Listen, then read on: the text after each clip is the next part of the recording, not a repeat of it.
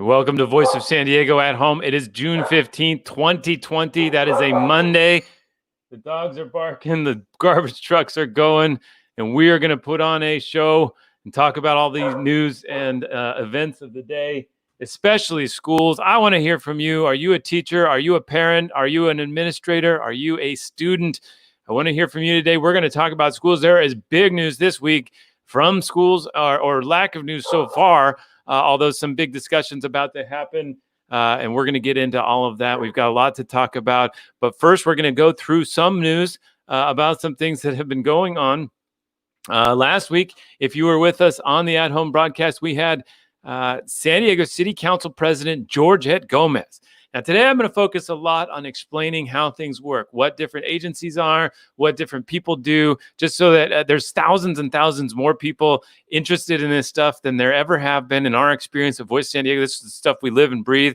A lot of people are interested in it for the first time, don't necessarily know who people are. So sorry if you already know a lot of this stuff, but let's get into it. San Diego City Council has a city council of 9 people.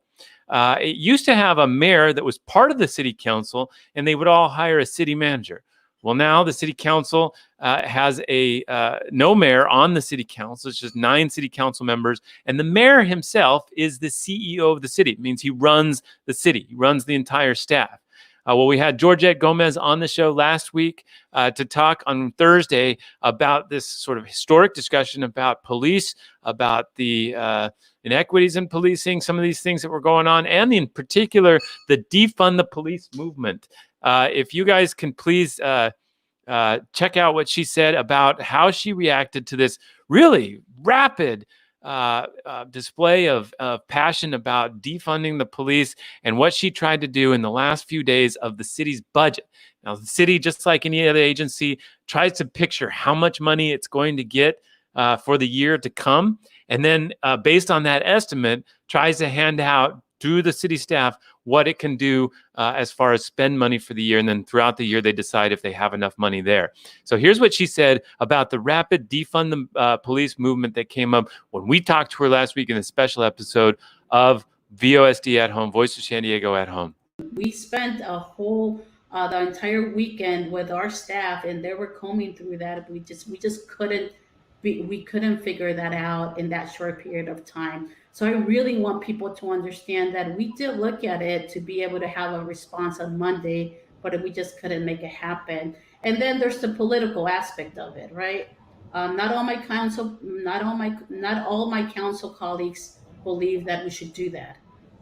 If we would have done that, I needed to make sure that I had my veto override, because also the mayor expressed that if we were to touch the budget on PD, he would have vetoed our budget. And I had that conversation with him, and he was pretty clear. So I knew that it was going to be vetoed. So I knew that I needed to have 6 council members to override that veto. I didn't have that. All right, that was Georgette Gomez on that special episode of Voice of San Diego at Home. We took so many comments and questions from you all about how it all works. Remember, the increase in police that the budget showed this year was largely due to their increased salary, and that was largely built into the process as part of the maintenance of their MOUs. So police are unionized, and so the city has to negotiate with them for their benefits. And so what she's basically saying is that was kind of locked in. Now, what they also said is that they're going to try to go through and change that. It's a fascinating discussion over the next few months. Okay, remember, budgets are projections of how much money you're going to get. The plan for how you're going to spend it based on how much money you're going to get. But every few months this year, because of how crazy things are, they're going to review how that money's coming in and then try to make modifications along the way. And that's what they're promising they're going to do in order to address police funding. So a lot going on there. Also this week, I'm not sure if you saw, we do a politics report. Andy Keats and I, on our staff, we write every Saturday a politics report. Fascinating news nugget in there about this race. This is Olga Diaz and Tara Lawson-Remer. Tara Lawson-Remer is advancing to the District 3 County Supervisor race. So she is the Democrats' choice to take on Kristen Gaspar, who's the incumbent of the County Board of Supervisors. Now, remember, the county and the city are separate. There's 5 supervisors on the County Board of Supervisors. And depending on this race between Tara Lawson-Remer and Kristen Gaspar, that's going to make a big difference in what the county will look like. So if Kristen Gaspar, who's a Republican, if she wins, she will help lead a very conservative board of supervisors. Right now, that's already 4-1 Republican, but it will be replaced by another Republican in the East County. There's 2 Republicans running for that district. And if Kristen Gaspar keeps her seat, there will be 3 very conservative Republicans overriding the sort of determining the direction of the Board of Supervisors, the 5 Board of Supervisors. There's going to be a Democrat elected in the South Bay to replace one of the Republicans that's termed out. And then Nathan Fletcher is the Democrat who represents most of the city of San Diego. And so this race in District 3, which is the northern sort of coastal area, also includes Escondido. So like Encinitas, Escondido, that area, to represent them in the Board of Supervisors. Huge, huge race for the future of the County Board of Supervisors. So a while ago, when these 2, Olga Diaz from Escondido and Tara Lawson-Remer, were running against each other for that chance to oppose Kristen Gaspar, they started getting it. It was a very intense fight, really broke Democrats up in half. There was different camps for both candidates, and they were very fierce rivals. But a few months ago, the sort of supporters of both sides, the chair of the Democratic Party, Will Rodriguez Kennedy, the head of the Labor Council, Keith Mannix, and Nathan Fletcher, all announced that there would be a unity breakfast after the election, after the March 3rd election. And so they said, quote, both of our candidates have agreed to attend and unequivocally support whichever candidate wins the primary. And that's what the announcement read when they were planning that March 6th breakfast. Well, that March 6th came and went, and there was no unity breakfast. They've said basically, well, we still need to count votes, don't know exactly what's going to happen. But then the pandemic came, and so there was no breakfast to be had. And then they said, well, they're probably still get something, some kind of message will come out, to show that Olga Diaz here still really does support Tara Lawson-Remer, or Olga Diaz, Tara Lawson-Remer. Turns out never happened. And then this week, there was an extraordinary Facebook exchange on Facebook. Olga Diaz posted a grievance that both campaigns, Kristen Gaspar and Tara Lawson-Remer, had stolen some of the content she'd created during her campaign. Tara Lawson-Remer apologized, said, I obviously didn't mean to do that. And she said another sort of dispute broke out about mailers that had come out against Olga Diaz. She said, I've said to you directly, I want to apologize publicly for the mailers that went out against you in the primary. Although not sent by me or from my campaign, we need to do better than that. As someone who's dedicated my life to working for social and environmental justice since I was 16, sometimes paid a high price for doing what's right, I have tremendous respect for the work you've been doing, fighting for your community in Escondido. Olga Diaz was not impressed. She replied, your failure to prevent outright attacks on my character and my record is unforgivable. You benefit from my sacrifice and work in North County, and your privilege is a reflection of everything wrong with politics in my society. And she responded to a commenter who asked if she would support Tara Lawson-Remer as promised. She said, my endorsement will have to be the only thing she, Tara Lawson-Remer, has ever earned in her life. It won't be easy. Whoa! Fierce words there. Do you live in the North County? Who are you supporting for the county supervisor race there? That's District 3. Tremendous moment in local politics as we go through what might happen there. Also wanted to do an update about hotel rooms. The county, speaking of the county, a lot of people are getting a lot more familiar with what the county does. So the city does, local police, its own police. It does roads, it does parks, it does libraries, it does firefighters, lifeguards for the city of San Diego. Each city has their own responsibilities along those lines. Some of the cities contract out to the sheriffs for their police, and the sheriff's budget is determined by the Board of Supervisors, the county Board of Supervisors. That's what we're talking about here, 5 members of the Board of Supervisors. And a lot of people are a lot more familiar with what they do. The County Board of Supervisors right now is a lot more involved in public health issues than the cities are. So that's why the public health officer actually works for the county government. And that's how she makes all these determinations about how to respond to the pandemic. So people are more engaged with the County Board of Supervisors and what the county does. And this week, our Lisa Halverstadt looked into what has been happening to the 1,300 vulnerable homeless San Diegans and others who have or are suspected of having coronavirus in hotels. So that's 1,300 people that the County Board of Supervisors, the county, have put into hotel rooms. Lisa Halverstadt on our staff has tracked down what has happened to them, some of the concerns they've been having, and what will happen. The coursing through that story is confusion. Right now, none of them know how long they can stay in those hotels. The county doesn't know how long they can stay in those hotels. They were put in there not necessarily as a homeless abatement issue, but as a way instead for them to isolate so that they don't become spreaders of the coronavirus. And so 1,300 people have been placed in hotels. We're not talking about the thousands, the 1,300 or so homeless individuals who are staying at the convention center right now. That's separate. We're talking about homeless and other vulnerable individuals who are staying in local hotels based on the county and its own operations to try to make sure that they don't spread the coronavirus. So the county is right now seeking a contractor to operate rooms for coronavirus patients that about 125 county workers now run. And they're mulling whether to extend a contract with the Regional Task Force on the Homeless, which is overseeing rooms for the vulnerable people. And that's set to expire July 31st. Basically, people are going back to hotels. Tourists are going back to hotels. Hotels are welcoming tourists. So what's going to happen to the thousands of people who have been put in these hotel rooms to protect them and to protect them from spreading the coronavirus? So real fascinating moment. And that's the county. So all that stuff is county news.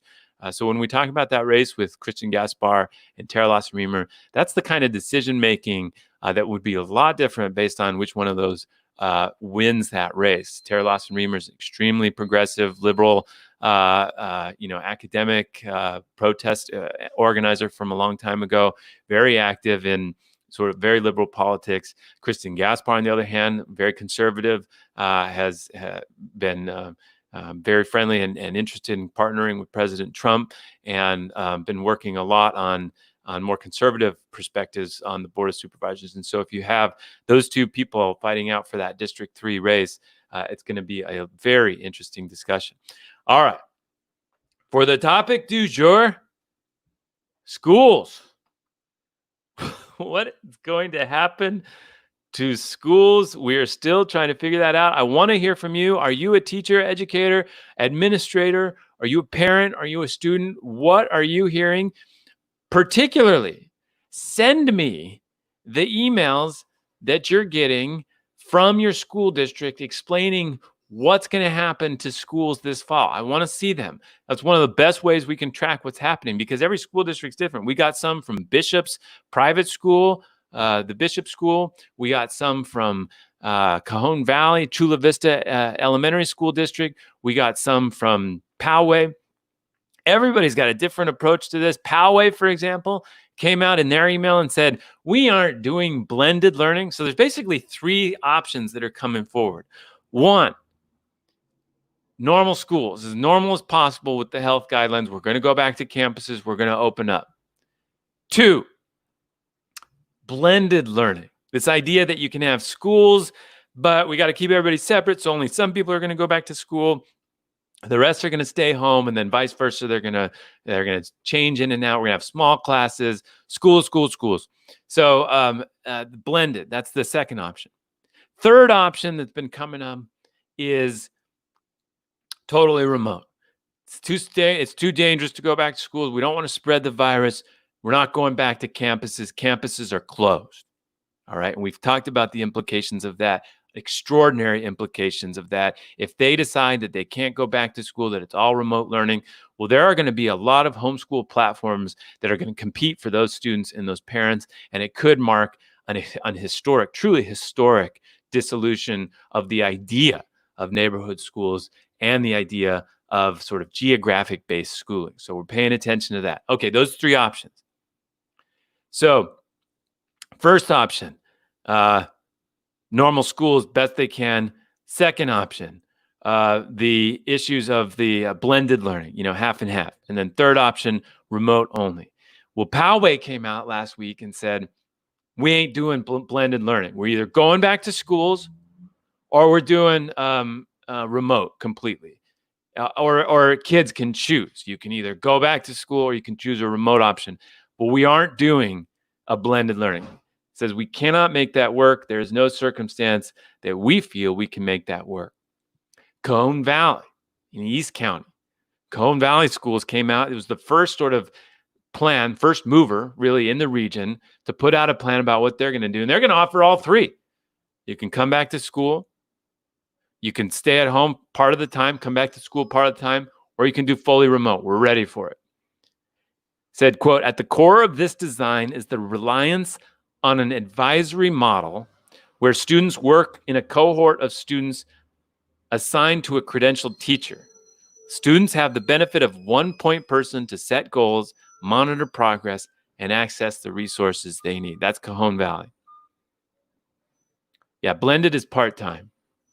I'll pull up some comments here and there. Blended is, that's the part-time. That's where you'd go on campus for a few minutes or for a few days, maybe a day. Rest of the days you're at home working there. That's clearly, to me, an attempt by the school districts to protect the connection to the geographic school while, keeping everybody separate and stuff like that. My favorite was San Dieguito. San Dieguito came out and said, we're not sure what we're going to do, but we're going to go back to school. And we're going to keep kids apart as much as practicable, as much as is practical. As much as is practical. I personally think there's very little practical in trying to keep hundreds of kids apart from each other during the day. But that's a good way to handle it. Just say, we'll do as best we can. Hey, we're going to do the best we can. Yeah, check out Cajon Valley's plan. We'll post these things in the comments. Thank you to my team posting those things. All right, there is a big meeting tomorrow for the biggest school district in the region. That's San Diego Unified School District, second biggest school district in the entire state of California. Tomorrow, 3:30 p.m., San Diego Unified is going to discuss or workshop its discussion about what it's going to do next year. And here's how they described it in their board minutes, their agenda for today. What they're going to do tomorrow. The purpose of this item is to provide for the reopening of school facilities with a focus on the health and safety of all students, blah, blah, blah. Staff will review plans to implement the revised health guidelines. Although safety remains a primary planning consideration, staff will also outline proposals for multiple instructional models based on individual family needs, student learning styles, and the different ways the crisis has affected different communities. You see that? They're going to tell us their plan. So a lot of parents ask me, how can we be involved in that plan? You can do this. This is the only thing you can do. You can send 150 words to the San Diego Unified School District about what you'd like to see happen. We can post, let's see if I can post this. I can post this notice, which has the email. Oops. Yes, let me post that here. This is the letter San Diego Unified sent. It says you can send in your public testimony. Oh, that didn't really work. Here's the email address. Public testimony@sandy.net. That's public testimony@sandy.net. I'm going to type this one. Public testimony@sandy.net. There we go. That's the email address that you can send your comments to the San Diego Unified School District Board of Education about what they can do with their plan. Now, it's hard because they haven't released a plan to review. So you can just say, like, here's what I want. Here's what I think. But I don't know anything about what you're talking about because in particular, they said here's all they put. This is what we're going to do. They didn't put anything about how much it's going to cost. They're just going to say, we're going to submit a plan. Said, we don't know how much it's going to cost. We're going to do our plan. So you just kind of have to guess. Here's what I'm guessing. I'm guessing they're going to do something like Cajon Valley. They're going to say, you can go to school if you want. We're going to open schools. We're going to have to wear masks, all this kind of thing. We're going to follow the state's guidelines. We're going to follow the state's guidelines. So what are the state's guidelines? This is really fun. This is good stuff. Here's one of the state's guidelines. All staff should use cloth face coverings unless Cal OSHA standards require respiratory protections. Teachers can use face shields if available, which enable younger students to see their teachers' faces and to avoid potential barriers to phonological instruction. I didn't know quite what that meant until you realize, like, when you're trying to explain how to say something, sometimes they have to see your face. Pronunciation, all those things. Kind of a big deal for some teachers. So all these state guidelines were like, schools should consider, or schools should do this, or maybe, try to do this. This is the one that actually used the word should use. An actual, like, a should. This is what should happen. So that's kind of interesting. So the state basically punted to locals, counties, and school districts what they should do. The state did not say, let me be clear, under these guidelines that every student has to wear masks. Doesn't say that. Here's some more of what it said. Students should remain in the same space in groups as small as consistent as practicable. Minimize movements of students and teachers, or use as much space. Maximize space between seating and desks. Consider ways to establish separation of students through other means practicable. A lot of practicables. See all these practicables? Everybody's just do your best. That's what it says. Do your best. Do your best. Whatever's practicable. Okay, so I have a question for you. They do all these things. Are you comfortable sending your kids back to school? Are you comfortable as a teacher wearing a mask? If they say all these things have to happen, these separations and stuff like this, no recess, you can't walk through the halls, something like that, would you consider keeping your kids home?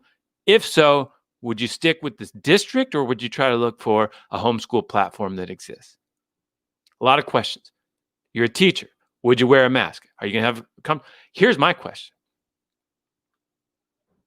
What if somebody, let's say the school district says all the kids have to wear masks. Seems like that's a big potential item. All the kids have to wear masks. What happens if they don't?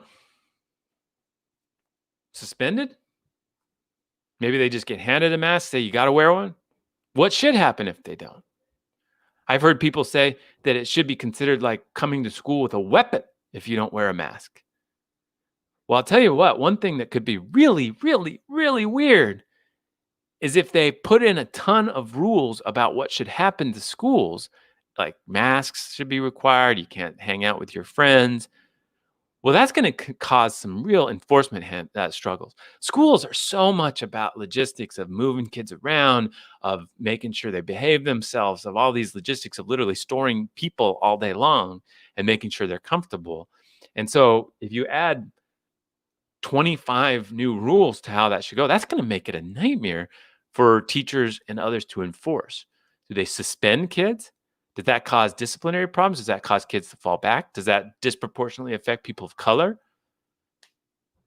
Yeesh.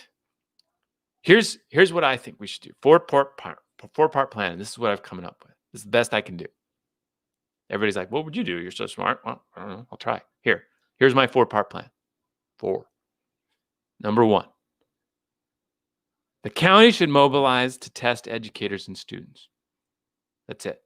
There should, San Diego, University of California, San Diego, UCSD is doing mass testing of its educators and its students to try to get them to make sure they feel confident to make sure they feel confident going back to the campus. They realize how important it is to get people back to the campus. They're going to test as many people as they can, as often as they can, to make sure people feel good about it. They're going to open like normal. And so that's my number one. The County of San Diego should use some of its reserves, use whatever marshaling power it can to try to get local schools, educators in particular, tested so that they can feel comfortable regularly and so that they can identify if there's an outbreak and get them out of the classroom. Give them enough sick leave to make sure they're out of the classroom so that they can be comfortable and so that they can be safe and not cause super spreader events to occur. But testing, test. Get after it with testing. The county, and why do I say the county? So the school district, they're only going to figure out educational stuff. I talked to the County Office of Education, Bob Mueller there, who I asked him, I said, are they considering any mass testing for students and educators in San Diego schools? And he said, no, haven't heard anything about that. School districts aren't going to think of testing because they're not a public health agency. That should be the county's role. This is what I'm talking about. Every local public leader should be deeply engaged in schools, especially if you care about the economy opening, because we need the economy to depends on schools being open, not just for childcare, but for people to be good workers and future leaders of our society. So you should care about schools. And so the county should care about schools, and they should open up a testing system that makes sure educators across the region gets tested and that students get tested on a regular basis so they can feel comfortable going back to a shared space. We're boiling off all the rules about living together with coronavirus down to one basic rule, which is shouldn't cram a bunch of people inside together. That's what schools are. And so if we're going to cram a bunch of people inside together, we should figure out how we can test as much as possible so they can feel comfortable that it's going to get caught if it breaks out. All right, let's talk. Number 2 in my plan, students should open up outdoor space and spread out as much as possible, but otherwise make it as normal as possible. If you can't feel as normal as possible, if you're going to add a ton of rules, people are going to break them. It's going to be a mess. Just do your best to spread out. Do your best.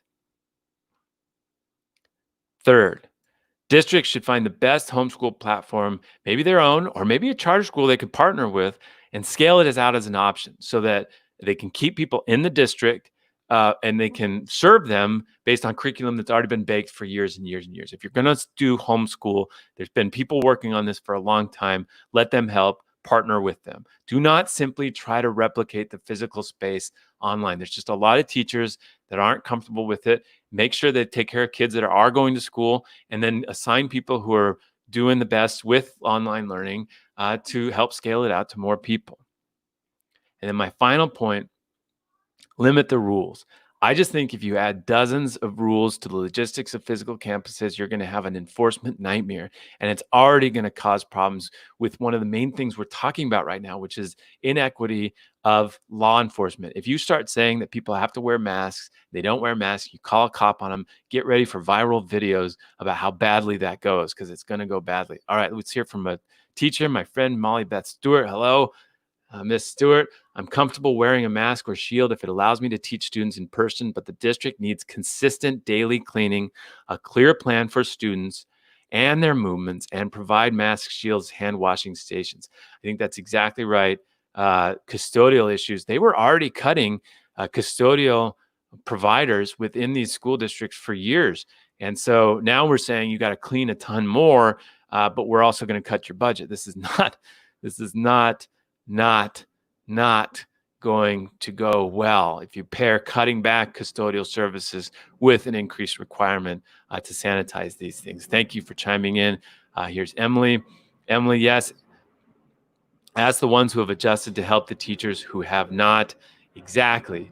There's a lot of teachers. Look, it's fine. A lot of teachers weren't teaching online. They were, teaching second grade or teaching whatever, and weren't doing online school.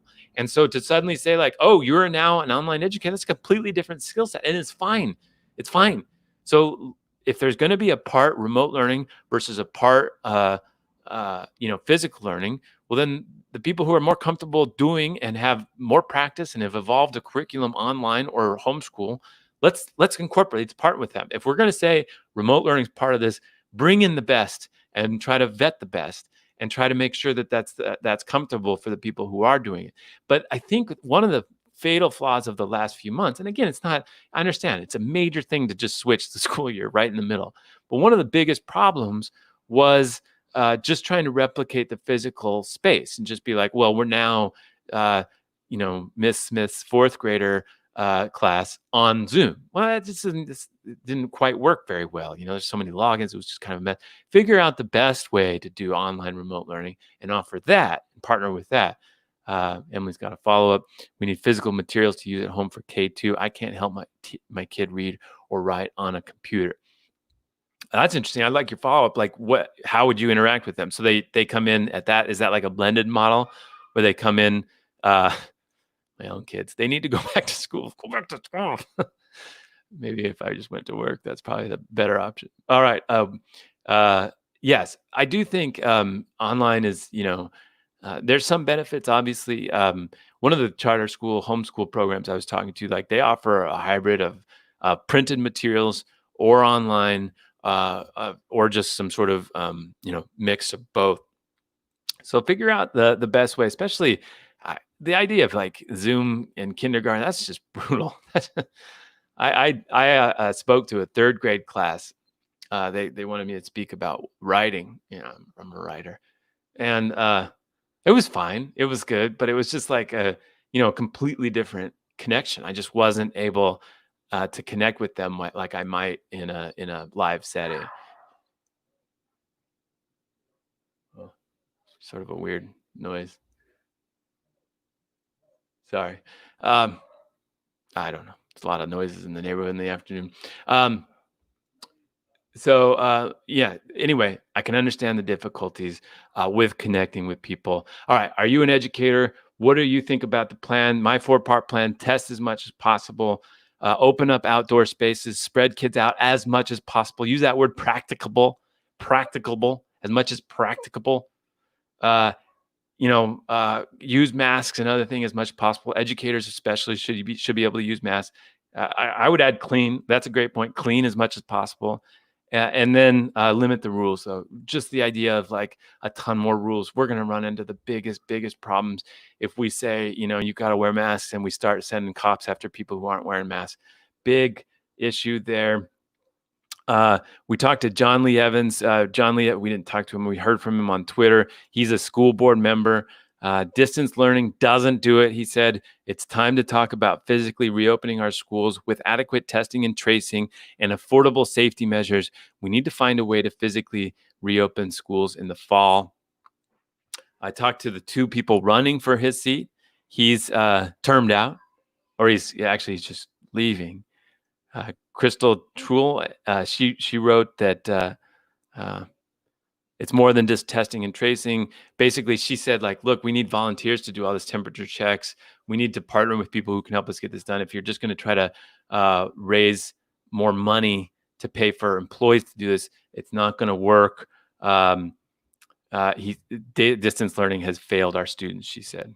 Another person running for that seat, Sabrina Bazo, she said she agrees that distance learning is not working, but she wants more nurses, more custodial, more health counselors in the schools. And if that doesn't come, we shouldn't open school. So fascinating dichotomy there. All right, let's take some questions and comments. If online learning is going to continue for elementary, there has to be a way to give kids guidance. And having my child on a computer all day isn't healthy. Not sure what the answer is, but there's no learning here this spring. Yeah, it's rough. It really was rough. I understand that exactly. That it was.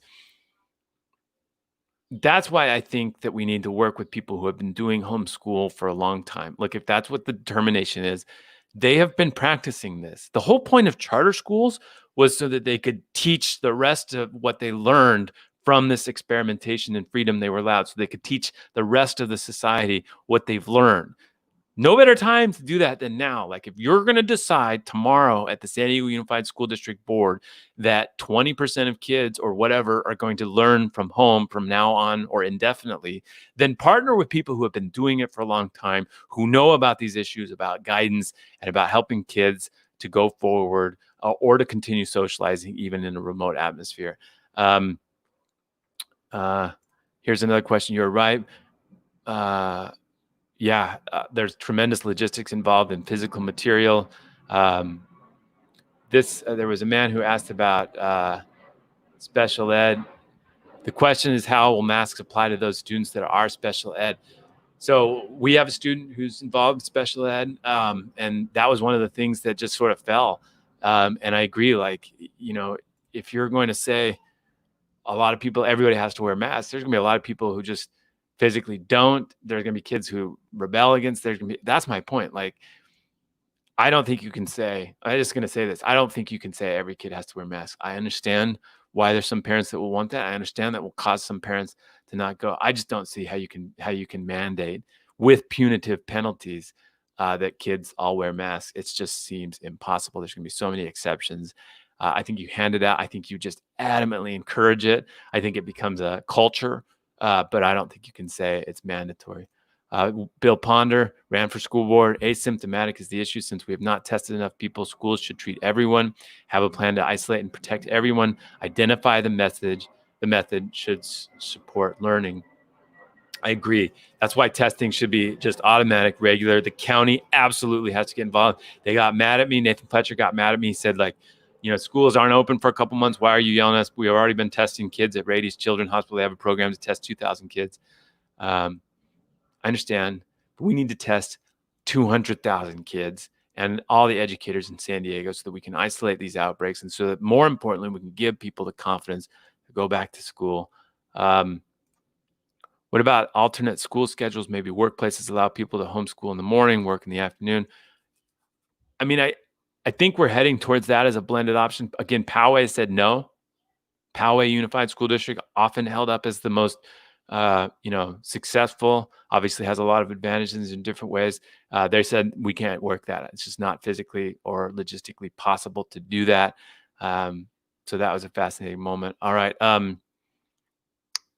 Here we go. Catherine, my friend, what's up? I agree. I would think a student refusing to wear a mask would just go to the office. No need for cops, but I can imagine it would go that way if school officials have punitive mindsets. I have a hard time imagining wearing a mask while teaching all day. People say doctors and nurses do it, but they aren't trying to project to a full room of people. A muffled voice won't help. I think there's a couple of things going on. I agree. That's a really interesting point. If you're up there trying to speak to 40 people, how are you going to be able to do that with a mask? It's a very interesting dichotomy. I find that I have trouble expressing. I'm a very loud person. I have trouble expressing my views, in front of a large. I have trouble, voicing things sometimes, and that mask. But I think the problem with masks for me is, like, when I'm talking to somebody who has a mask on, all I can hear them say is mask, mask, mask, mask, mask, mask, mask, mask, mask, mask, mask. It's so I think we all have to get over that. Like, it just needs to be part of life, like it is probably in other places. And so I think once we do that, maybe it'll be easier. We'll understand. But that might be why the face shield works better. It's going to look weird. It's going to look apocalyptic to have a face shield on or a mask on in some of these places. Joanna, my grandkids were able to go to the schools to pick up or drop off materials. Yes, they did have that end of the day, and also to get some lost and found. Emily's back. Have there been any issues with kids of essential workers who have been in childcare for the past 4 months? Well, that's why Cajon Valley represents that interesting place. Cajon Valley was the only local school district who allowed childcare to occur during the pandemic. The state said you can still do childcare. The state never actually closed schools. I think this is a really important point. The state never actually closed schools. The school districts themselves closed schools. And then the county, the San Diego public health officer from the county, closed schools. She has now opened schools, or said they can open. So the question is now, what should happen. But one of the things the state did allow, or that they other places allowed, was that they could run childcare through this pandemic, and that's Cajon Valley was the only district in the region that decided to do that. Cajon Valley was the only one, and so that's why I think they were the first to come out with a plan, because now they have experience keeping kids separate. Now that was the picture in the UT that was kind of awful, of the kid sitting alone with the mask, and it was just kind of like, for all of us that want schools to go back to normal, or just dream of that, not necessarily are advocating for normality in particular, but for those of us who dreamt of that, that was a real hard picture to see. So that's going to be that's an interesting thing. All right. Starting the school year virtually is going to be hard for the younger kids. My first grader did okay with Zoom since she already knew her teachers and classmates, but trying to get her to engage with somebody she's never met online is going to be a challenge. That is absolutely a great point. That's why I think this question is so interesting about what's going to happen tomorrow with San Diego Unified School District. We are talking about next year. We're not talking about keeping teachers together, with their current students. We're talking about introducing vast new kids. Some kids starting high school for the first time. Imagine starting high school for the first time with a Zoom meeting. Wow. That'd be a fascinating moment. All right, here is that email again. If you want to weigh in on what San Diego Unified is going to decide tomorrow at 3:30, here is your only place. You can do 150 words. Just for context, I've probably said 20,000 in the last 40 minutes. So good luck with 150 words. That's basically one idea. So you writing educators out there, get one idea across, one clear idea across. No masks. Yes, absolutely masks. Treat masks as if they come to school without a mask is like coming to school with a knife. So be clear about what your point is right away. What would you tell the district now? Maybe we can amplify it right now. What would you tell the district about how they should open up? Let's look at some more of your comments. The state had to waive the 180. Yeah, that's true. Great clarification there. And, there's a couple other things going on. We're waiting to see. So today, the state of California, the legislators are supposed to pass the budget for the state. That's why the school district wants to do their decision tomorrow about what to do, so they know exactly how much money they're going to get. Well, they might not finish the budget today, but there's also other questions. The school districts, all 6 of them, asked the state to give them a break on average daily attendance. I'm not sure if you folks understand exactly how average daily attendance works, but that's how schools are funded. They care about your student going to school, not just because they care about learning, which they do. It's a mission of learning, but also because if your student goes to school, he or she represents a certain number in funding. And so if your child doesn't go to that school or goes to a charter school, that money goes with that person. And if they go out to a charter school that's not even part of the district, money literally leaves the district. And so if you have even 10, 20%, 5%, even just 3% of students who choose something like that, it would represent a massive funding change to how schools work. Just massive. So not just like the budget, but we're talking about actual daily or annual funding of the school districts could be just completely gutted by students not choosing or parents choosing other avenues. That's why I think this is such an incredible moment. And so school districts asked the state if they could get a waiver from that, and if they could just get the average of what they have been getting from average daily attendance, so that they don't have to be so worried about losing students. Now, the state has not acted on that from what I know so far. All right, agree. A couple more comments. What do you think? Would you wear a mask all day? Would your kids wear a mask? Are you comfortable as an educator wearing a mask? Are you comfortable? What would you tell the school district? Again, let's pull that up. What would you tell the school district in your 150 words? This is where you can email before 9 a.m. tomorrow, the San Diego Unified School District. What would you tell them about how they should open schools or not? And I'm going to do one last thing for your benefit. Just a second.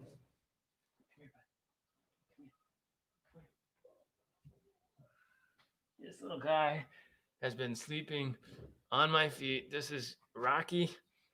This is Rocky, the pup. How are you doing? I'm sorry to wake you up. I just wanted to introduce. That's Rocky. Go back. Okay. He sleeps at my feet and occasionally chews on my feet. That's Rocky. He's excited to find out what happens to schools too. So check that out. All right, let's see a couple more comments. Once kids go back to school, what is the policy with regard to informing classmates, schoolmates about possible exposure? If one student or a student's family member tests positive, what is the policy about who will be informed about it? I think transparency is best for all involved, but I think there needs to be a countywide policy. Okay, well, there was an interesting part of this is not quite on there. That's not it. There was a recommendation in the state's guidelines. Let's see if I can pull it up. This was really hilarious to me. Here we go. This is good. So there are state guidelines. I'll post those here in the comments. You can read them up. Okay, those are the guidelines the state put out. Now there was this moment this one I really, really like. Let's see if I can share this screen. This made me really laugh. All right, yeah, here we go. Screen share. All right. All right, can you see that? Yeah, let's take this off. And we'll go big. All right, and we'll zoom in. Okay, so prevent discrimination against students who were or diagnosed with COVID. So I think that's going to inhibit any chance of spreading the information about who gets it.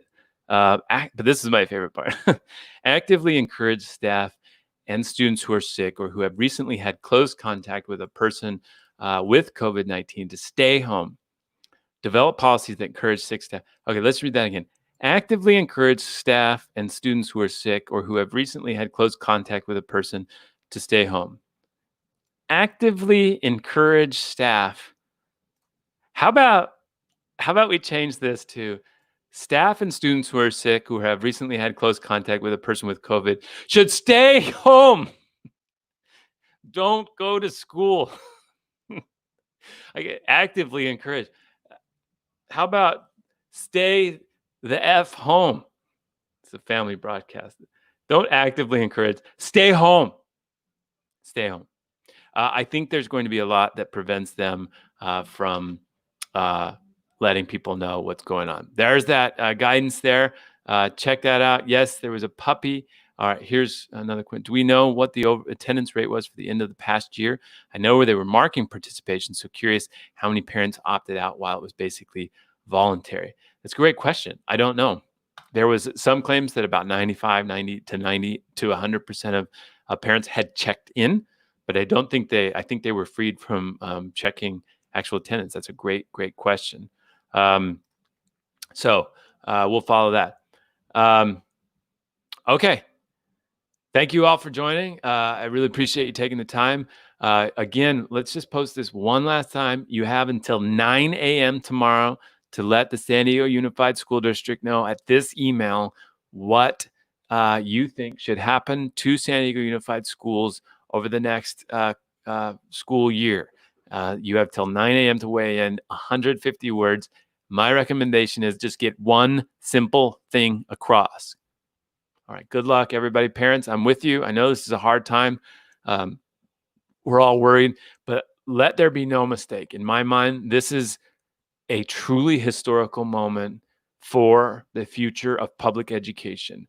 Either I think the concept of neighborhood schools will survive this and thrive, and we'll look back and say, boy, we did a great job making sure neighborhood schools survived, or we will see a disruption and a change and a dissolution in how schools work, unlike anything we could have ever imagined over the last several years.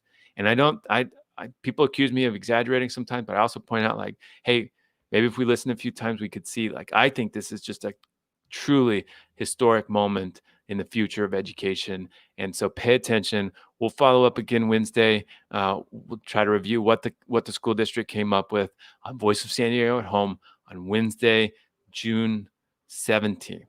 All right. Thanks for joining us today on Monday, and we will talk to you later.